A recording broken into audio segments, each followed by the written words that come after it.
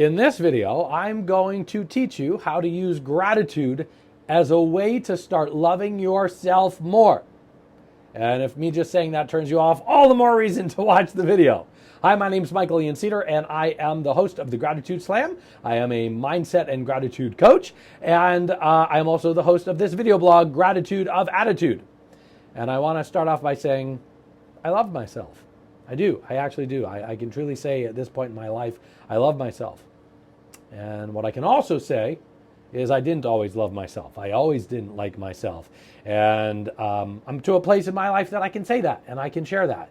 And not only do I want to say it and share it, but I want to use it as a way to demonstrate how we can grow as humans. We have the ability to shift. We have the ability to change. We have the ability to remain who we are at the core, but get out of our own ways in different ways.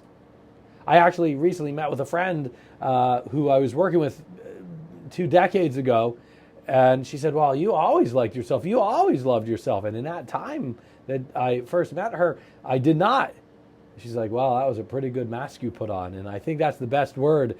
It was a mask at the time. This really confident sounding person who she even said, you spoke so loudly.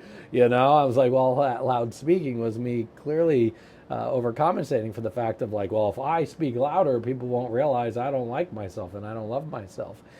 So one of the things that I've recently observed that made me do this video blog was I've noticed in the Gratitude Slam, where we've got thousands of people slamming down gratitude, but when we get to questions about self, there's a lot of people who openly share, you know, but I don't really love myself. I don't have gratitude towards myself.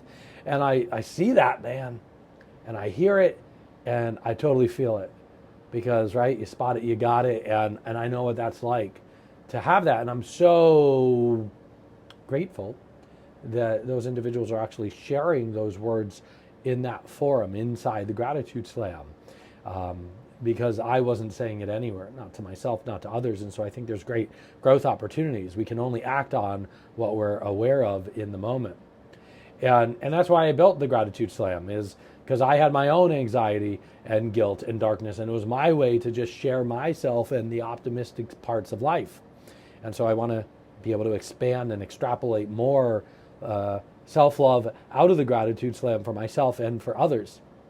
And there's a sentiment I often share, and that's, you can't fully love another if you don't love yourself. I'm going to say that again. You can't fully love another if you don't love yourself. And often parents will push back on me a lot, and you'll hear me talk about this and say, well, you're telling me I don't love my child. I absolutely love my child. I just don't love myself. And again, I always say back, well, imagine how much love you're not giving, that you're preventing, that you're unintentionally and unconsciously denying by not offering yourself that love first. And maybe there's some stuff that happened in your life that you're not very proud of, but there's still opportunity for us to love ourselves here, right?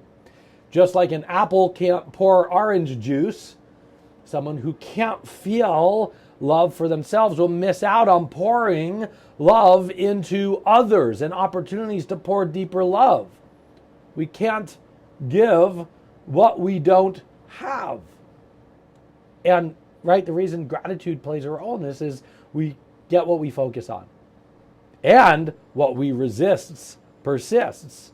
Those two things together play with each other. They're wonderful salt and pepper shakers of life. So here's my solution. Or here's an opportunity to start building a solution. Gratitude is, to me, the most powerful focusing tool on earth. Better than any prescriptive things that we can do for ourselves. Gratitude is a wildly powerful force. And so here's an exercise I often find myself doing. It's gratitude for mind, soul, and body. The mind is the brain and all of its complexity, this mechanism that's trying to keep us alive and forces us sometimes to self-sabotage us. It's nature at its most beauty as a human being. Soul is that part of you that can't be seen, but can be felt by others. And body is this. It's the vehicle. It's the way we show up for the world. It's the gift that we have to be able to take our soul and bring it outwards and live our life's purpose. So here's the 3 questions. What am I grateful for about my mind? What am I grateful for about my soul? And what am I grateful for about my body, the vehicle? And if we have a hard time answering those questions or any of those questions, then I ask this: what could I be grateful for about my body? What could I be grateful for about my soul? What could I be grateful for about my mind? Because we're creatures of journey, not creatures of destination. So maybe you don't have it now, and maybe it's uncomfortable to say, I'm grateful for something about your body or mind or soul. But as creatures of destination, we can move towards those things. So I'm gonna do the exercise for you here. I'm grateful, and notice what I do with my hands. I put it on where my mind is. I put it on where I believe my soul resides, and I'm putting it on my body. A part of my body where, sometimes I'm like, let's not take a photo of that part over there, And so for you, a lot of people I've done life on your terms with, they'll hold their neck or their cheeks or their thighs, right? Things where maybe sometimes they have a little bit of, I'm not sure I'm ready to share that part of me yet. So I welcome you to put it on that part of your body too. So here we go. Try it. And if you're watching the video, do it with me, right? So I'm grateful for learning how to remove brain fog.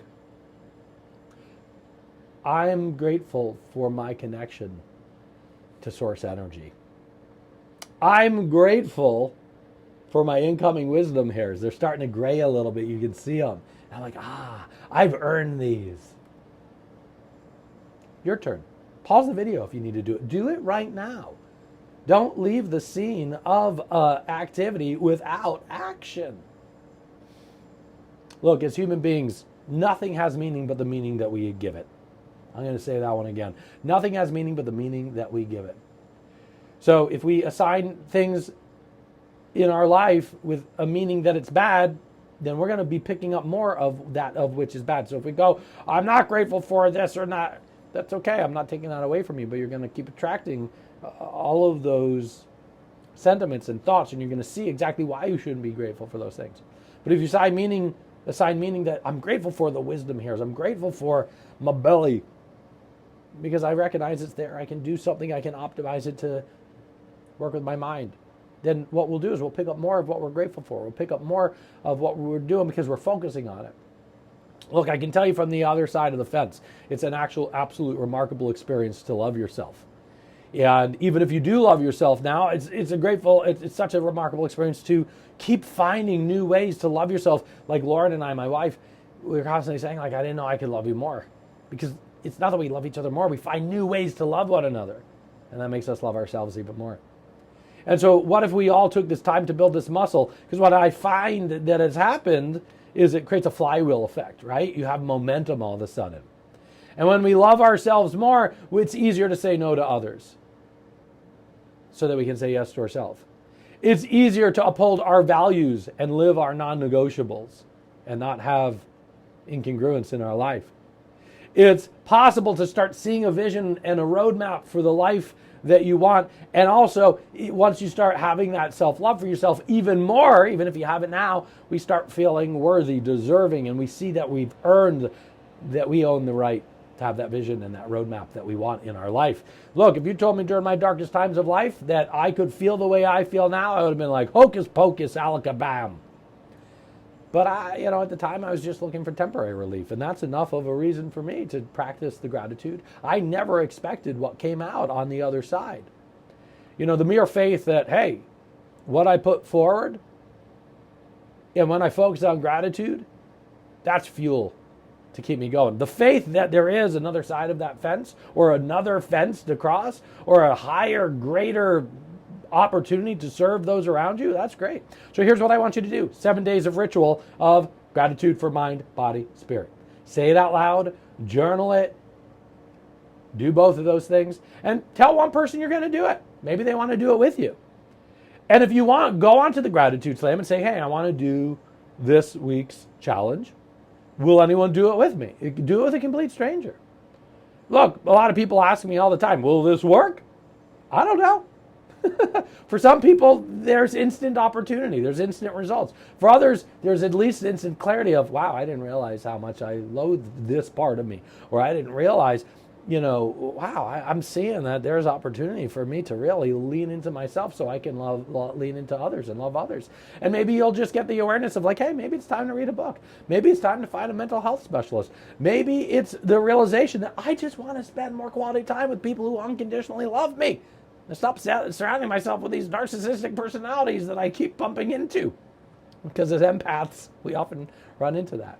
Look, it is your birthright to feel gratitude towards all of this, mind, spirit, and body. And personal transformation is not adding layers onto us, it's removing who we are not. And by sharing gratitude for the things that we can have appreciation towards, we're removing who we're not. And gratitude cuts right through the core of what's most important to us by removing who we are not and being able to say, I'm grateful for this. I don't need other people grateful for this. Look, I'm going to say a powerful statement. At least it feels powerful. I love you. And the reason I love you is because you are so invested in getting to the other side of the fence, into growing, into being more so you can serve others. And whether you're doing this exercise to fill an empty cup or to make your cup runneth over, I just want you to know you are worthy, you are deserving, and man, have you earned the right to be at peace and fulfilled in your life. And those who offer gratitude towards themselves first will absolutely live a life on their terms.